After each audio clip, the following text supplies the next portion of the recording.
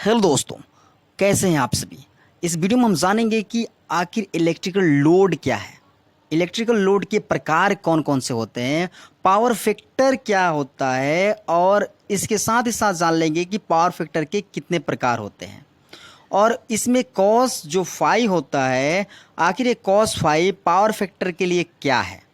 बहुत सारी जानकारियाँ इस वीडियो में आपको मिलेगी जो कि इंटरव्यू के नज़रिए से बहुत ही इम्पोर्टेंस रखता है और आप अगर इसे शुरू से अंत तक देखते हैं तो आपको इसमें कोई भी कन्फ्यूज़न नहीं रह पाएगी। अर्थात इलेक्ट्रिकल लोड के बारे में, पावर फैक्टर के बारे में कोई भी आपको कन्फ्यूज़न नहीं रहेगा अगर आप शुरू से अंत तक देखते हैं। तो चलिए देख लेते हैं, समझ लेते हैं। इलेक्ट्रिक लोड, जिसे हम इलेक्ट्रिकल लोड भी कह सकते हैं, अब इसका मतलब समझ लेते हैं। आखिर इलेक्ट्रिक लोड का मतलब क्या होता है। दोस्तों बता दें कि वे सभी उपकरण जो इलेक्ट्रिक से चलते हैं उन्हें इलेक्ट्रिक लोड कहा जाता है। अब इलेक्ट्रिक लोड कौन कौन से हो सकते हैं दोस्तों, वे सभी जो उपकरण इलेक्ट्रिक से चलते हैं, इलेक्ट्रिक सप्लाई से चलते हैं, जैसे हमारे पास पंखा है, फ़ैन, बल्ब है और मोटर, और साथ ही साथ बहुत सारे उपकरण हैं जैसे कि ये हीटर हो गया, वाटर हीटर, ये हमारा कैपेसिटर। तो इस तरह से बहुत सारे लोड है, यही केवल लोड नहीं है, बहुत सारे लोड है। अब जान लेते हैं आखिर इलेक्ट्रिकल लोड जो होते हैं उनके प्रकार कितने हैं, कौन कौन से प्रकार होते हैं इलेक्ट्रिकल लोड के। तो इलेक्ट्रिकल लोड 3 प्रकार के होते हैं। पहला रेजिस्टिव लोड, प्रतिरोधक भार, दूसरा इंडक्टिव लोड, प्रेरक भार, तीसरा कैपेसिटिव लोड, धारिता लोड, तो धारिता भार जिसे कहते हैं। तो ये 3 प्रकार है दोस्तों इलेक्ट्रिकल लोड के। अब चलिए कन्फ्यूजन को दूर कर लेते हैं, आखिर ये तीनों प्रकार में कौन कौन से पॉइंट्स आते हैं जिनको समझ लेते हैं। पहला है रेजिस्टिव लोड। तो देख लेते हैं, वे सभी इलेक्ट्रिकल लोड जो इलेक्ट्रिकल सप्लाईज लेते हैं और उसमें ऊर्जा या प्रकाश देते हैं, रेजिस्टिव लोड कहलाते हैं। इनका पावर फैक्टर यूनिटी होता है, मतलब 1 होता है। ये भी कन्फ्यूज़न दूर हो जाएगा आगे चल के कि आखिर पावर फैक्टर में यूनिटी पावर फैक्टर क्या होता है, आखिर ये पावर फैक्टर होता क्या है, इसका भी जो कन्फ्यूजन होगा वो आगे चल के वीडियो में दूर हो जाएगा। एग्जाम्पल के लिए रेजिस्टिव लोड का लेते हैं दोस्तों, ये बल्ब, ये भी गर्म होता है, देखे होंगे। ये हीटर, ये भी गर्म होता है, ये भी हमारे पास हीटर है जो कि रूम हीटर है। और यहाँ पर हमारे पास प्रेस है, ये भी देखे होंगे आप, क्या होता है, ये गर्म होता है। तो जितने भी लोड जो कि गर्म होकर के या गर्म होकर के प्रकाश देते हैं, वे सभी हमारे लोड क्या हो जाते हैं, रेजिस्टिव लोड हो जाते हैं। इंडक्टिव लोड की बात करते हैं दोस्तों, वे सभी इलेक्ट्रिकल लोड जिनके इस्तेमाल से पावर फैक्टर बिगड़ता है या पावर फैक्टर लैगिंग करता है, वे सभी लोड इंडक्टिव लोड कहलाते हैं। अब यहाँ पर पावर फैक्टर लीडिंग लैगिंग करता है, ये क्या होता है, और पावर फैक्टर बिगड़ता है, इसका मतलब आपको पावर फैक्टर के आगे इसी वीडियो में आपको बताया गया है पावर फैक्टर होता है क्या। तो पावर फैक्टर जो भी इंडक्टिव लोड होते हैं उससे पावर फैक्टर बिगड़ता है, जैसे कि मोटर हो गए, सोलेनोइड्स हो गया, कॉन्टैक्टर कॉइल्स हो गए, और ये हमारे पास कंप्रेशर है। बहुत सारे उपकरण जैसे हमारे स्पीकर्स जो होते हैं, जो रिले होता है, इन सभी में कॉइल्स होते हैं दोस्तों। जिसमें कॉइल का इस्तेमाल किया गया हो, मतलब तार की लपेट का इस्तेमाल किया गया हो, जैसे ट्रांसफार्मर, इसमें भी कॉइल लगा होता है। बहुत सारे छोटे छोटे इंडक्टर्स हैं यहाँ पर, और ये हमारा जो पावर जनरेटर्स है, इन सब में क्या होता है, कॉइल्स का इस्तेमाल किया जाता है। जिनमें कॉइल्स का इस्तेमाल किया गया होगा राउंड करके, वो सभी इंडक्टिव लोड्स होते हैं। तो इंडक्टिव लोड के अंतर्गत जो भी लोड्स आते हैं वो सबको आपने समझ लिया। अब कैपेसिटिव लोड आखिर होता क्या है देख लेते हैं। एक्चुअली दोस्तों कैपेसिटिव लोड कोई होता नहीं है, लेकिन हाँ कैपेसिटर को कैपेसिटिव लोड माना जाता है। वे सभी लोड जिनका उपयोग पावर फैक्टर सुधारने में किया जाता है, कैपेसिटिव लोड होते हैं, कहलाते हैं। कैपेसिटिव लोड के अंदर कैपेसिटर आते हैं दोस्तों, जैसे कैपेसिटर है ये, और कैपेसिटर के अलावा और भी कुछ लोड्स आते हैं, जैसे कि सिंक्रोनस मोटर हमारा जो होता है वो भी कैपेसिटिव लोड के अंतर्गत आता है, क्योंकि ये भी पावर फैक्टर सुधारने में इसका इस्तेमाल किया जाता है।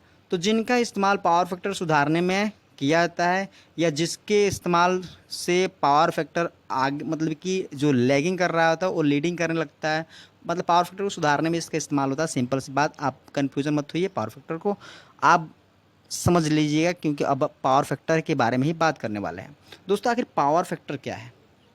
तो यहाँ पर पावर फैक्टर कहते हैं जिसे हम पीएफ भी कहते हैं। पावर फैक्टर का है या पीएफ का है। पावर फैक्टर का छोटा रूप होता है पीएफ, और ये जो होता है कॉस फाई के बराबर होता है, अर्थात पावर फैक्टर को हम कॉस फाई भी कहते हैं या शक्ति गुणांक भी कहते हैं। इसको समझने के लिए बोलते हैं कि आखिर पावर फैक्टर किसे कहते हैं। डेफिनेशन देना हो तो बोल सकते हैं कि विद्युत शक्ति पर काम कर रहे किसी लोड द्वारा लिए गए वास्तविक शक्ति जिससे रियल पावर कहते हैं, तथा आभासी शक्ति जिसे अपरेंट पावर के अनुपात को शक्ति गुणांक या पावर फैक्टर कहते हैं। तो शक्ति गुणांक जिसे हम पावर फैक्टर कहते हैं वो क्या होता है, रियल पावर और अपरेंट पावर के अनुपात। रियल पावर जिसे KW किलोवाट कहते हैं, और जो अपरेंट पावर होता है KVA में होता है। तो पावर फैक्टर का जो वैल्यू आएगा KW/KVA। तो पावर फैक्टर का जो वैल्यू होता है दोस्तों किलोवाट बाई KVA होता है। पावर फैक्टर का मान 0 और 1 के बीच या 1 और -1 में भी जाता है, 0 और -1 के बीच आता है दोस्तों। अब चल लेते हैं, देख लेते हैं आखिर पावर फैक्टर जो होता है उसको और कैसे समझ सकते हैं।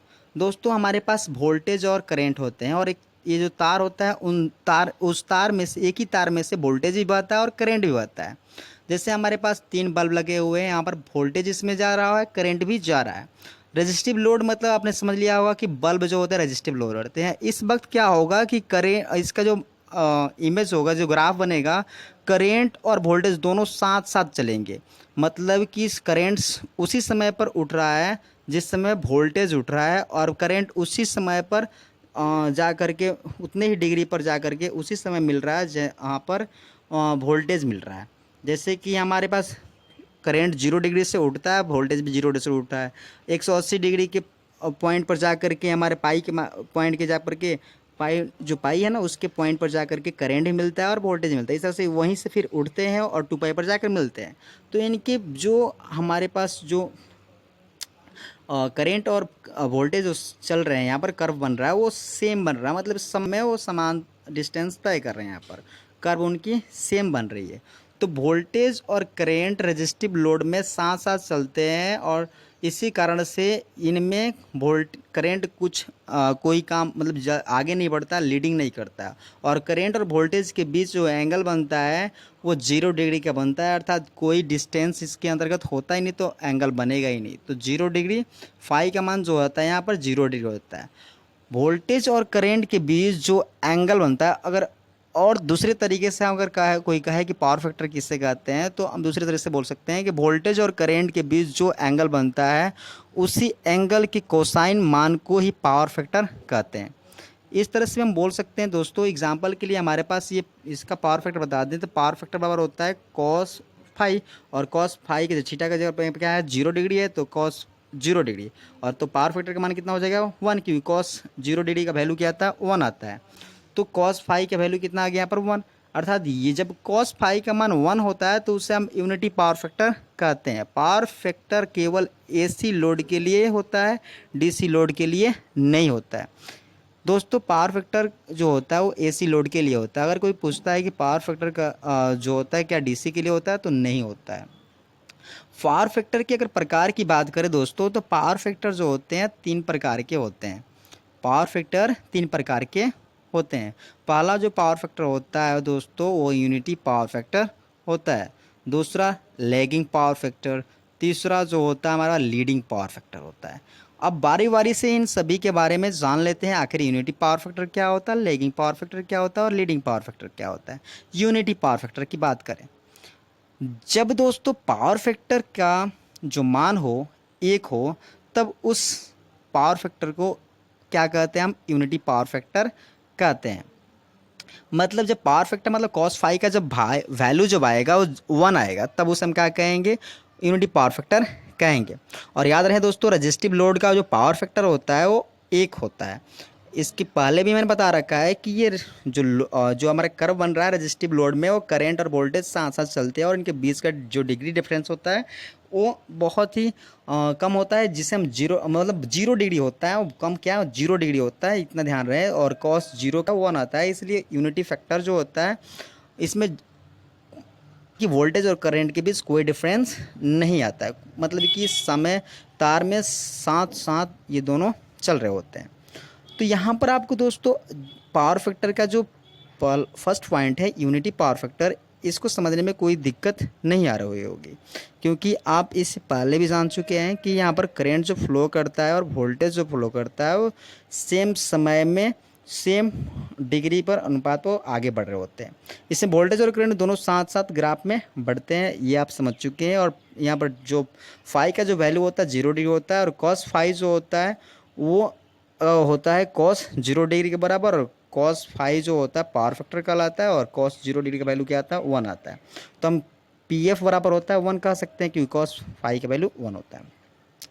अब दूसरा जो पावर फैक्टर है वो लैगिंग पावर फैक्टर है। अब चलिए समझ लेते हैं लैगिंग पावर फैक्टर होता है क्या है। जब पावर फैक्टर का मान 0 और 1 के बीच हो तब उसे लैगिंग पावर फैक्टर कहते हैं।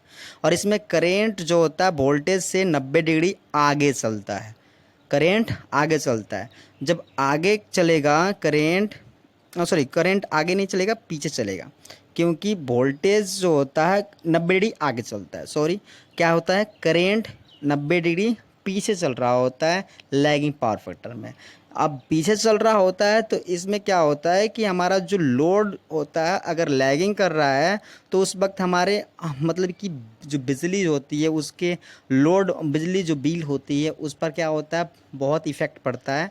तो पावर फैक्टर अगर लैगिंग कर रहा है तो बहुत ही प्रॉब्लम क्रिएट हो जाता है हमारा, मतलब कि हमें जो हमारी जो लोड होती है बेवजह ज़्यादा होने लगती है, और हमारे उपकरण भी ख़राब हो सकते हैं अगर ज़्यादा पावर फैक्टर हमारा गिर जाएगा। तो पावर फैक्टर को सुधारने के लिए हम क्या करते हैं, कैपेसिटर लगाते हैं, जिस कैपेसिटर लोब के अंदर का समझेंगे। इसमें वोल्टेज करंट से 90 डिग्री आगे चलता है, और सभी इंडक्टिव लोड जो होते हैं लैगिंग पावर फैक्टर होते हैं। इनका इंडक्टिव लोड का पावर फैक्टर जो होता है लैगिंग पावर फैक्टर होता है। लीडिंग पावर फैक्टर की बात करते हैं दोस्तों।